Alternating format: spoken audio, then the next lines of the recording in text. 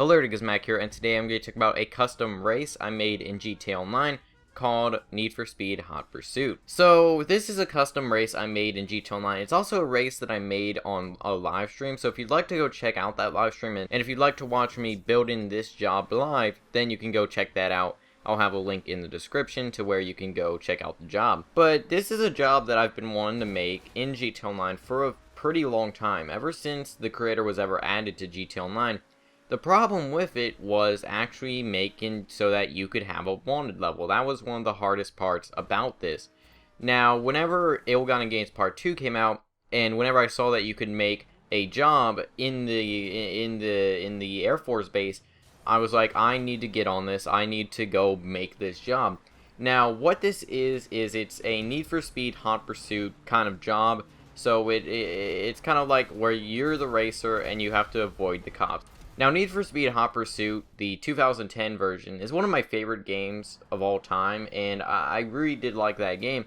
So I always really wanted to make kind of a job in this game that kind of has that same feel. And of course, you can't really play as the cops in this game, so it's kind of hard to actually, say, oh, this is Need for Speed Hot Pursuit, because you can play as cops and racers. But, I still thought this is a pretty good job.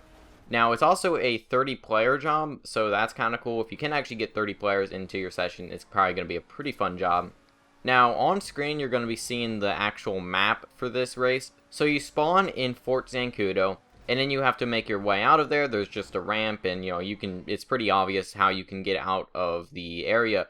So you just want to get out of the military base, and then once you do that, you want to just make your way and follow the checkpoints. You're going to be taken along these hills, and you're eventually going to head to the Vinewood Hills. Now, once you get to the Vinewood Hills, you're going to take a few turns. You're not really going to go into the city. You're just going to be on the edge of the Vinewood Hills. And I really wanted this race to be feeling like, kind of like a straight line race. There's not really many 90-degree turns on this race. There's just very few, which is kind of how Need for Speed Hot Pursuit, like the road structure in that game, played out. In Need for Speed Hot Pursuit, there were none. There were no 90-degree turns. So what would happen is, all of your turns were like kind of these curves.